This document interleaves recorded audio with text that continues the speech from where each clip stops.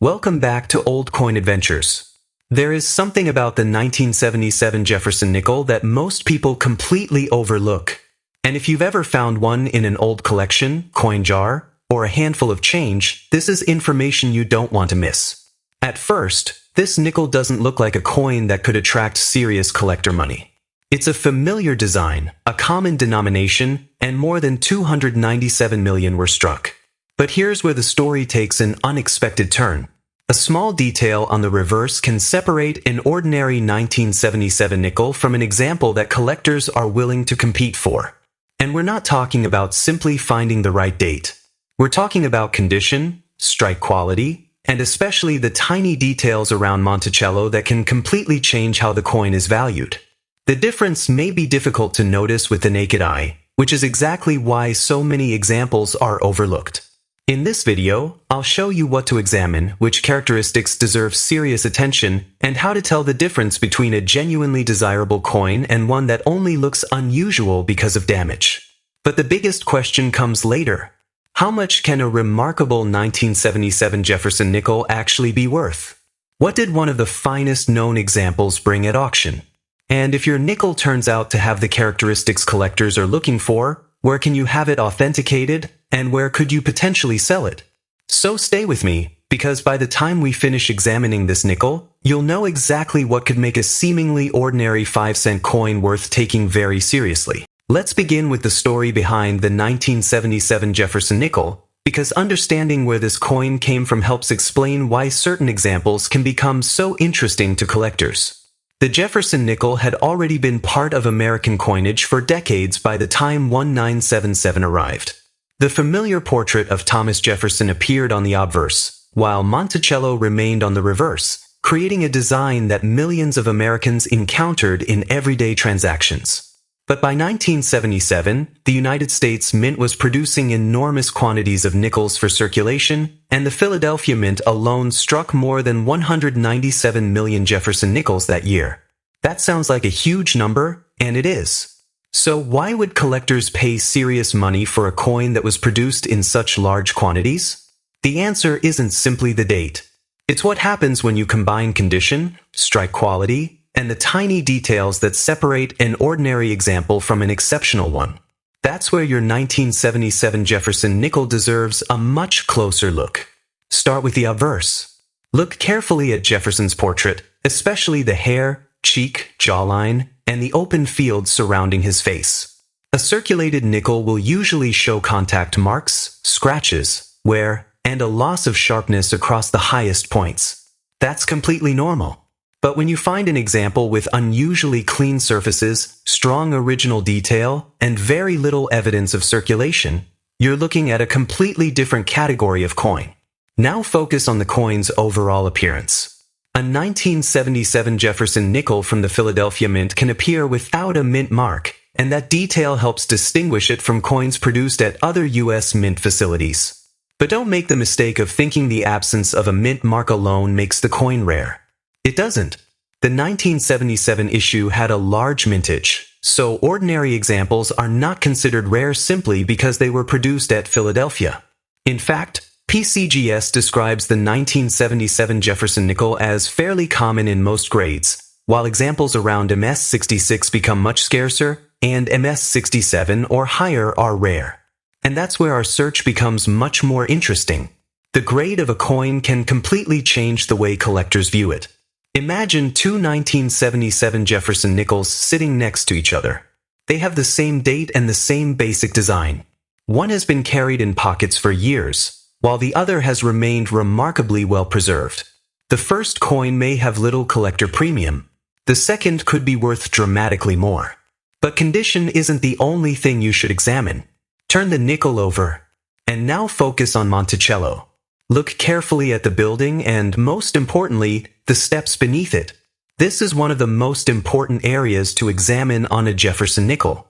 Collectors use the term full steps, or FS, for coins where the steps on Monticello are exceptionally complete and clearly defined. Why does that matter? Because strong step detail can tell collectors something about the quality of the original strike and the preservation of the coin.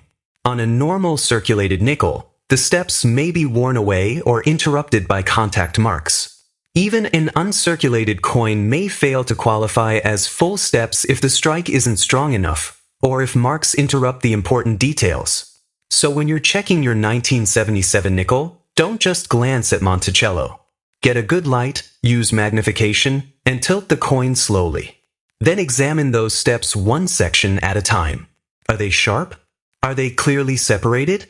Are there contact marks running across them? Or do they remain unusually complete? This tiny area can be one of the most important clues on the entire reverse. And there's another reason to be careful. Not every unusual mark is a mint error.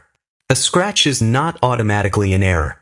A dent is not automatically an error. Damage from circulation can create strange shapes and lines that look exciting under magnification, but they may have nothing to do with the minting process.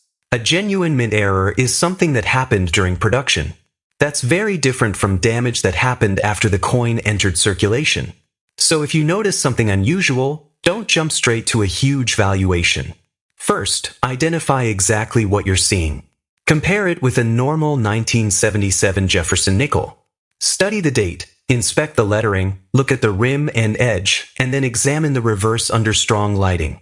If something appears doubled, missing, distorted, or unusually struck, that's when further research becomes worthwhile.